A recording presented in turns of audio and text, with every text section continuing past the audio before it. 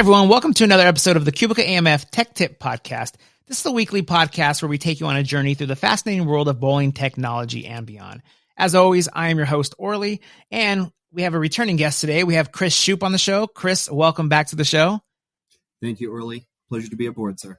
And Chris, first off, do you want to let everyone know, what you do with QubicaAMF and, I guess your title and what you do with the company? Yeah. So again, thanks for having me, Orly. Hello, everyone out there in space. Again, this is Chris Shoup. I am the department head and senior product manager for our aftermarket product division with QubicaAMF. Myself and my team, we manage the following product portfolios: house balls, rental bowling shoes, bowling pins, also any of our parts, our OEM parts. We also manage our e-commerce platform, also known as eShop. And then we handle some warranty and extended warranty items as well. And we also cover lane care chemicals and lane care products, which is why I'm here to offer a couple best practices and some tech tips here on that product division. Yeah, I'm excited to have you on. When I first I had a family member buy a center, and, when I went to help open it up, and one of the first things, this was just a center that had been shut down due to COVID and just a few other things. And we went in, and a guy that kind of came to look over the center to kind of see what we needed, what we might want to get. The first thing he said was like, did they leave the oil machine? And we're kind of like, huh? And he was like, when it comes to lane conditioning, oiling, it's a very important thing, not just for the, the play of when bowlers are bowling on your actual lanes, but just the overall kind of look. When you walk into a center, you can say, oh, they have freshly oiled lanes. It looks nice. Today, like you said, you're going to go over some best practices. So, I'll let you take it from here, and you can kind of just let everyone know, when it comes down to oiling, when they can do it or what they can do and what might be some things they want to look out for. All right. Perfect. I would love to. Thank you for the opportunity. Well, like Orly said, everyone, lane conditioning and lane care in general seems to be one of those hotbed topics that my team and I encounter almost on a daily or weekly basis, especially as the industry is sort of gearing towards more of those mixed entertainment centers or some of those mixed use houses around the world. There's a lot of new investors coming into the space, and sometimes those new investors don't have a solid lane care or even a center care maintenance background. And again, one of the leading questions I get is, I just invested, or I just built, or I just refurbished a bowling center. I don't know what to do about lane care. Should I clean it? Should I dust it? Should I condition and oil it? So to start, just want to touch upon just general lane cleaning, lane dusting, and lane conditioning are kind of three different things. So all are necessary for that center. Lane cleaning is what you think it sounds like. It's removal of dust and oil both. So whenever you clean a lane, you're actually removing oil and dirt. Okay, so kind of getting that blank slate again. So just with anything else, it's always good to sort of, remove the lane bed of any used oil, old oil, or oil that doesn't sort of have an appropriate pattern like you want it to. Lane dusting is just a simple kind of surface level dusting, almost like you would dust around your home, etc. There, you're just removing that top layer of dust only. Okay. And then conditioning, of course. Conditioning would be after you've dusted and cleaned, you kind of have a fresh lane bed to work with, so to speak. And then you actually use your lane machine, like you touched upon, Orly, to lay down a pattern of oil to condition your lane. And there's several different patterns. There's several different lane machines out there in space. I think everyone probably knows who the big players are. QubicaAMF does offer one lane machine at the moment, our Easy Touch.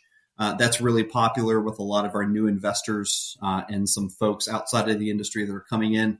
Super easy, super simple to use. You can find that, on any of our website locations, or you can work with any of your contacts here at the company, your sales agent, your customer service agent, etc.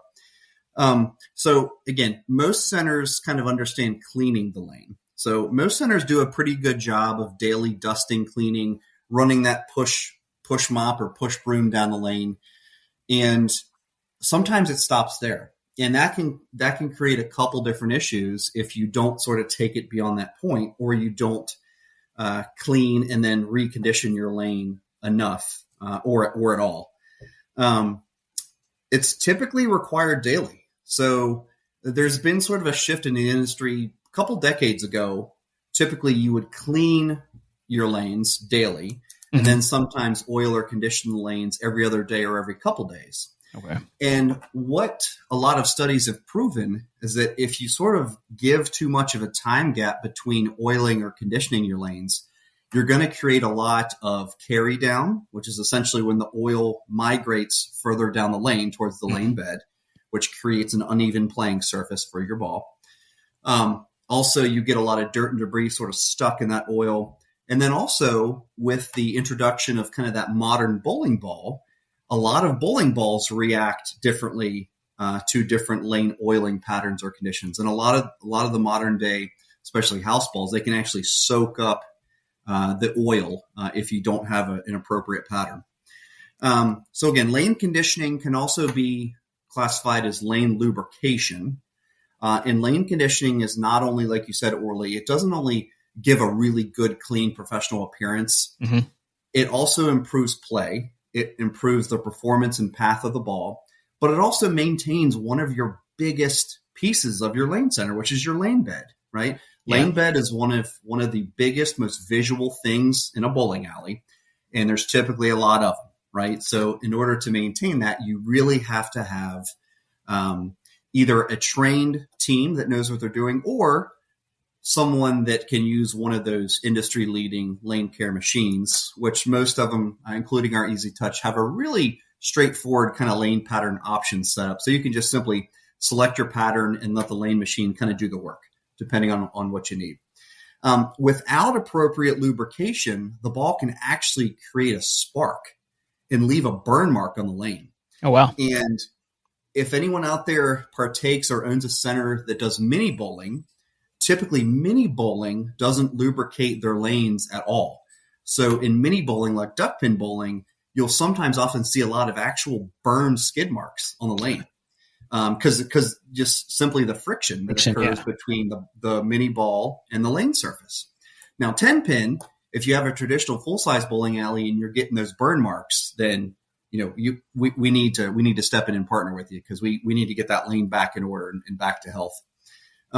The track of the ball will determine within the lane kind of where it loses its oil or lubrication. So think about it. If you have an open play session and you have a lot of straight rollers, that'll be a different pattern as it relates to the ball moving on the lane than, say, a league or someone that has a little bit of more of a hook in their ball trajectory.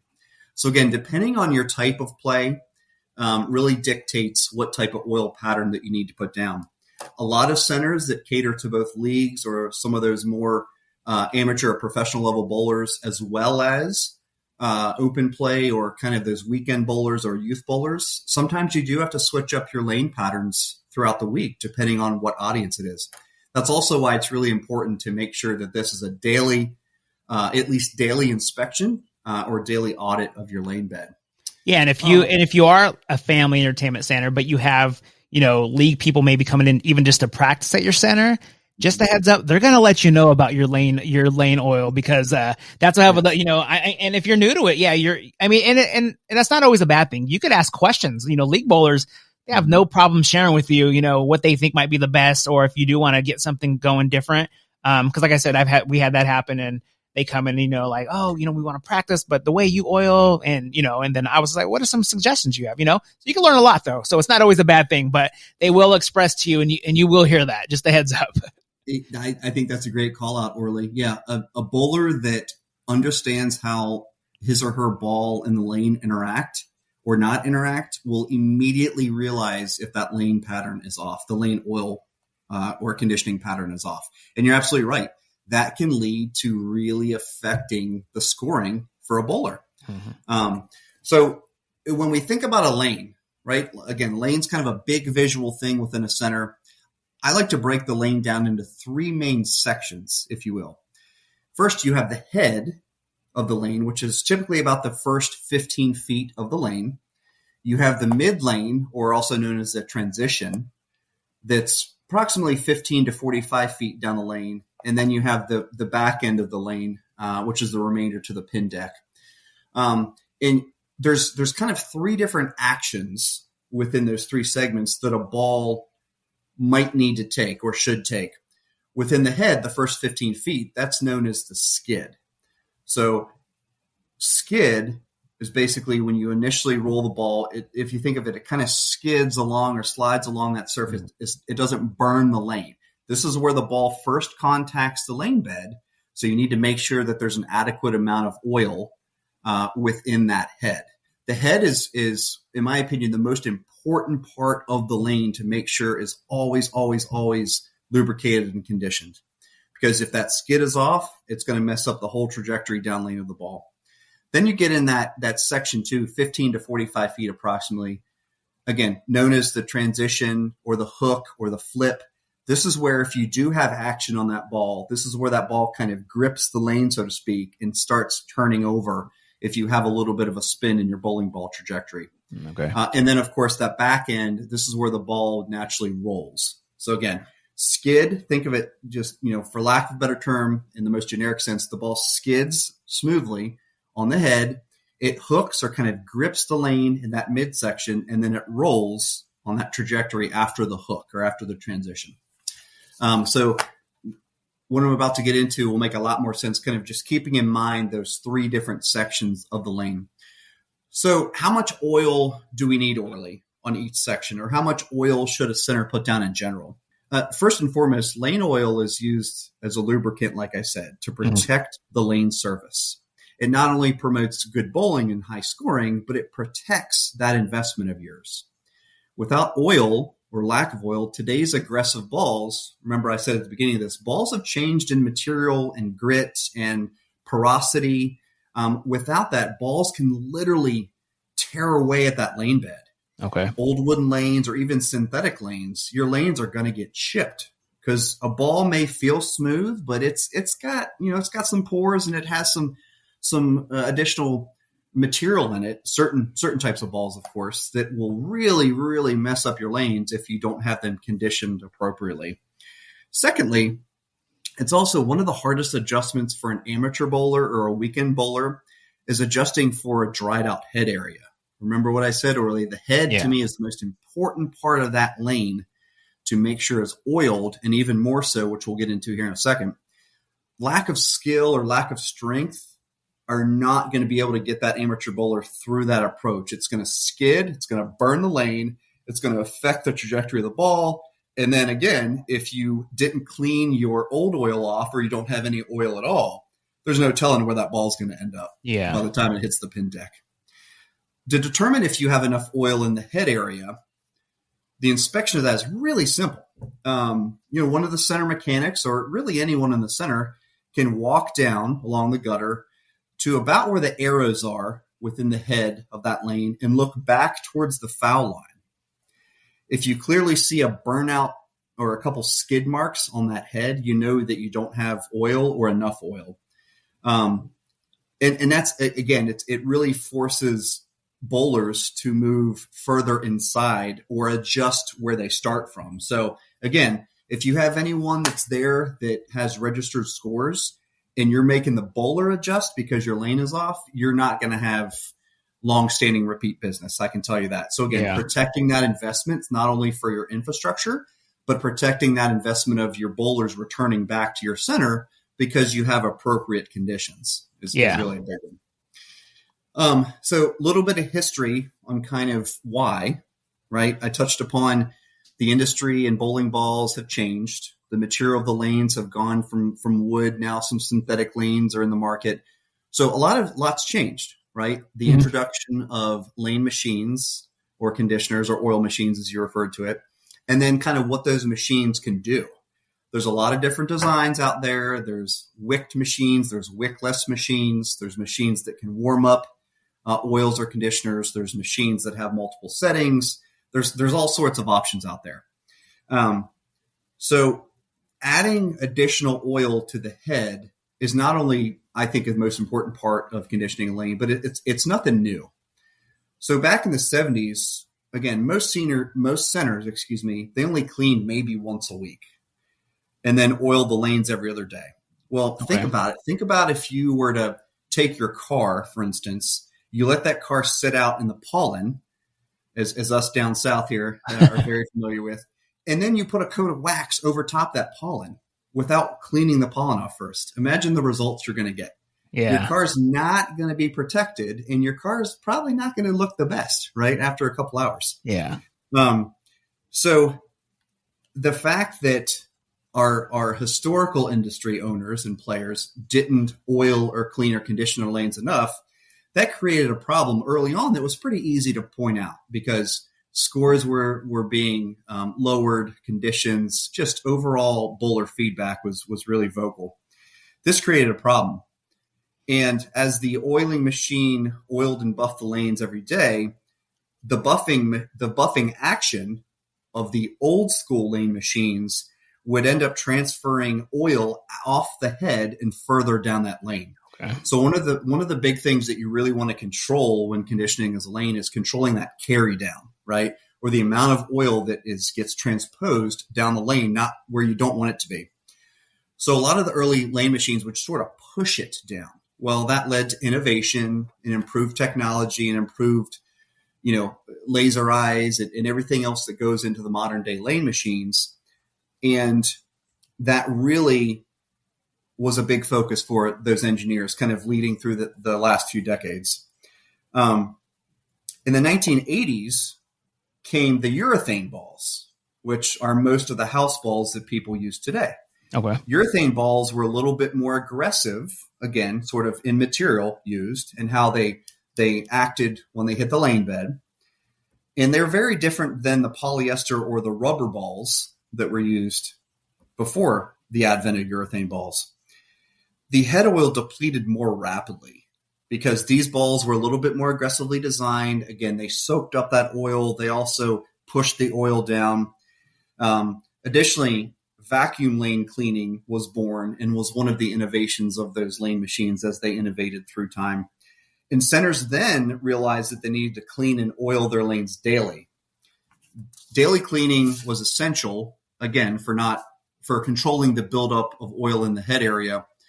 And there was a lot more control on the skid. Again, remember the skid is that first 15 feet within the head area. So centers were able to control where the ball first met the lane. And again, that is vital, vital, vital to any successful scoring lane conditions.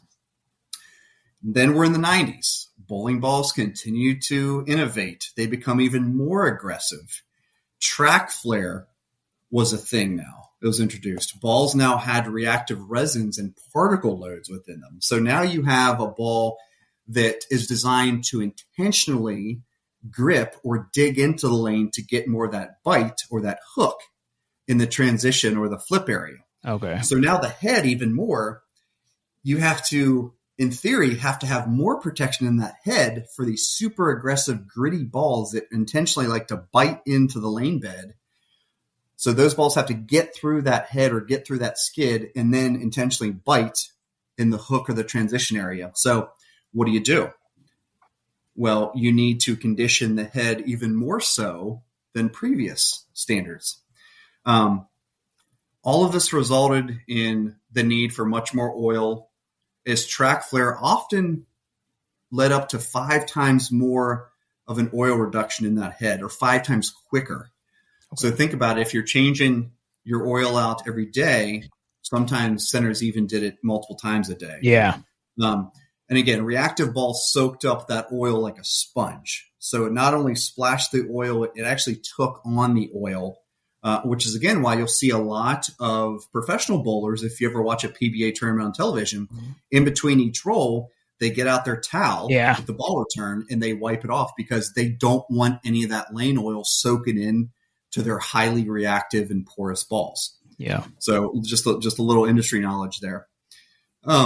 So also think about the person or taking care of a lane is kind of like a greenskeeper on a golf course. Mm-hmm. If anyone is a golfer that's listening to this podcast, the greens on a golf course have a very, very highly paid manager or a team of people that really need to know what they're doing, because it is such an art to maintain a golf course green. And there's a lot of things environmentally or conditionally that can make a green not perform as well as you need it to. So think about a lane manager kind of the same as a greenskeeper. Here's kind of some of the science again. So balls, pins, and lanes, conditioners and cleaners, lane machines, bowling styles. We've touched upon that. It's all drastically changed over the last 50 years. What has not changed is the fact that bowlers have typically anywhere between a 6-pound and a 16-pound ball that they throw down the lane intentionally to get as many pins down as possible. So the physics of what a bowler is trying to achieve has not changed, right? So regardless of the variables, to create a proper lane condition and lane environment, we really need to focus on the appropriate oiling of the skid to transition and the roll. Without paying attention and managing all three of those sections of the lane as kind of individual elements for care, you will not have good ball reaction or good scoring. So the problem statement really that I want to drive to today, Orly, and kind of some best practices, applying enough oil to that head area to protect the lane and promote ball skid without buffing excessive oil to the end of the oil pattern where balls start to transition or hook, keeping the heavy oil in front of the lane where it's needed the most. So how do we translate that into someone actually keeping thicker oil or more oil at the head versus further down the lane? Well, the good thing is modern day lane machines can do all the thinking for you. Yeah. You just have to essentially program it or choose the appropriate setting to do certain adjustments depending on the distance traveled down the lane. So the solution is, with your lane machine, is apply a second run down and back of heavy oil in the head area only. So again, depending on your overall lane condition, you can actually set a function to most lane machines to apply an extra layer of oil in that first 15 feet. Okay. So the lane machine will do the thing. It'll travel down. It'll clean. It'll dust. It'll condition the lane. It'll drop oil, and then you can actually set it for a second run to go down the head and come back, and it'll apply more oil. So, gotcha. I've heard different centers say that they sometimes put 100 units of oil on the head, which is a lot. I've also kind of heard that centers put 3 to 4 times as much oil on the head versus the hook or the roll of the down segments of the lane. So again, you're really going to figure out what's best for you based on just tribal knowledge and a little bit of trial and error. And of course, most importantly, your bowler feedback. Yeah. And you mentioned something, you mentioned how like a groundskeeper or, at a golf course takes, it takes a lot to go into what they're doing. They're very, they're professionals. I mean, when you're in your center, I mean, if you're just training someone to maybe oil your lanes, cause maybe you're not there all the time or something, let the person know you're training, like that this is like a big responsibility. And I'm sure they're going to take pride in it. They're going to be like, man, look at my lanes today. Look at, cause again, it's not only just about that look, it's your lanes are going to last longer. Obviously they're going to be well taken care of. So yeah, if you're getting, make sure you're getting a few people that are going to take pride in that and let them know, it's important. It's the customers they're going to come in and notice too. So yeah, make sure you're getting someone that's going to pay attention and that's going to really want to take care of the lanes with you. Mm-hmm, mm-hmm. And like I said, the ability to have sort of an overload in theory of oil in the head area, like I said, sometimes over 100 units of oil, while having that optimal amount at the end of the pattern necessary for good ball reaction. So head typically, up to 100 units of oil, your hook and roll sometimes around the 20 to 25 units. So if you kind of do the math, that's almost quadruple the amount of oil in the head as needed. Now, again, every bowling center is a little bit different, but again, my tech tip here today is to never, ever, ever let your heads of your lanes dry out. Okay. Over oil them, over condition them, pay the most attention to the head of the lane, as that'll affect everything else down lane thereof, of course. The optimum condition, again, typically you want to promote ball skid with a heavy oil application to a predefined distance, typically within that head, the first 15 feet. And by using that second oil run on your lane machine, you can really achieve this. And again, a lot of lane machines will do the thinking for you. So the cool thing is you can set it, if you want to set it by feet or by revolutions of the measuring wheel, whatever makes the most sense. A lot of those modern day lane machines will do that for you. It also reduces the amount of oil in the mid lane. And then, of course, you want to apply only enough oil so that the ball track begins to develop during the middle of play, promoting consistent hook or transition. And again, if you have too much oil in that hook or that transition area, the ball will actually slide. Okay. And that's why you see every now and again, you'll see a professional bowler that has been bowling for 20 years. They'll actually bowl a gutter ball mid lane because there's too much travel in that ball. The ball's not gripping, or there's too much oil that traveled down. So, again, a little industry knowledge. If you see a professional bowler catch the gutter midway down the lane, typically the oil pattern's not off, not the bowler. So if you'll probably see a bowler get a really big scowl on their face, and then you'll probably go to commercial break. Yeah. So in summary, Orly, again, tech tip, never let those heads dry out. Inspect the lanes after bowling to make sure every evening or whatever your maintenance cycle is. Be certain that the back end of the lanes is getting absolutely clean. Again, carry down will carry all the way down to that pin deck. Another thing that will happen is your pins will float sometimes, right? So that's another thing to pay attention to.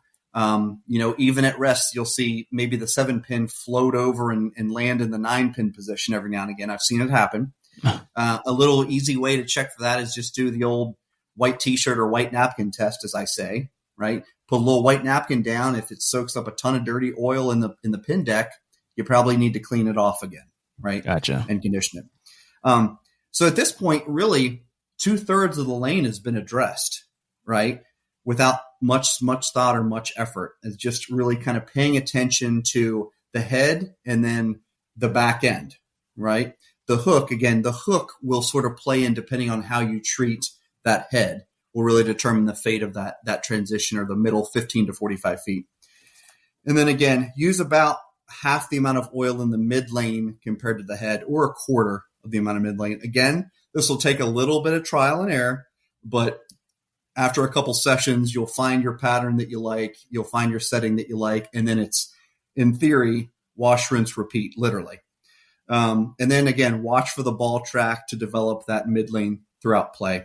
And again, your bowlers will give you a lot of feedback there. Yeah. So with that being said, Orly, QubicaAMF, again, my team, we highlight a couple different products in the conditioning space. One is Reactor.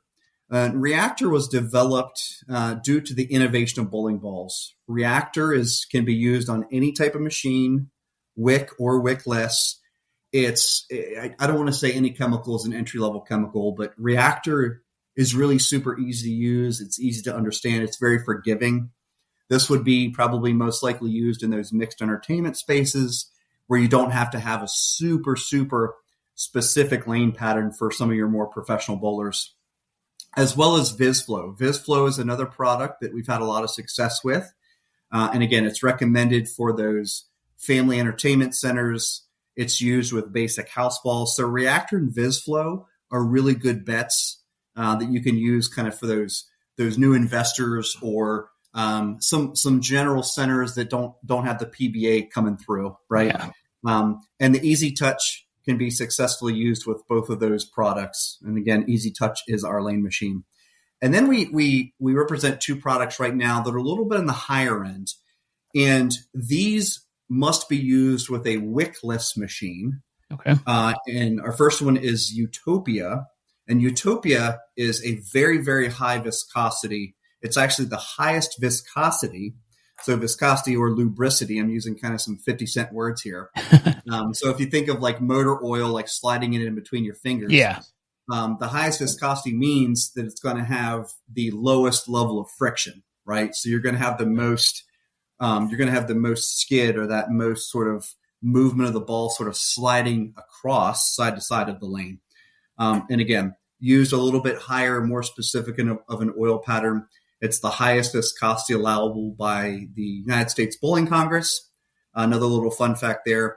And then Euphoria is a little bit of a newer product.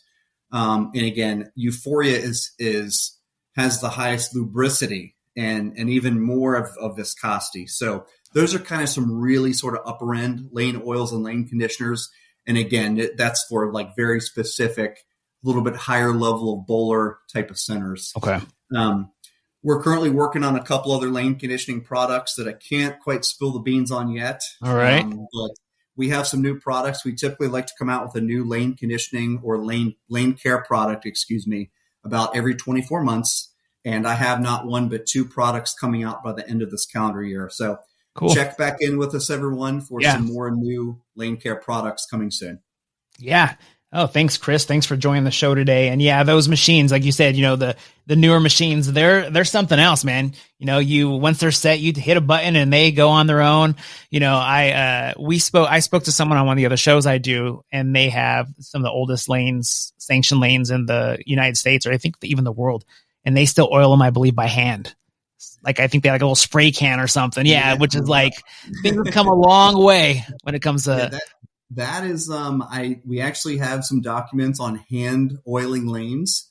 So if you ever, if we ever want to get into that, I could give a talk on that, but that's a very low percentage, like you said. So yeah. Hopefully that center or that proprietor is kind of, that's really an art. That is truly an art, because I really can't express enough. You have so much square footage of lane surface that oiling by hand is, that's a thankless job, but that's awesome. Yeah, they literally have 2 lanes. I'm sure you're not going to do that if you got like 24 or 36 lanes, Yeah. Okay, good. Well, Chris, thanks for joining the show. I appreciate it. Everyone, if you are new to the show, make sure you're going back and listen to past shows. Share the shows with your friends, your staff. If you're staff, share it with your management, owners, anyone that you think could gain from these shows. And until next time, we will talk to everyone soon. Bye-bye. See ya.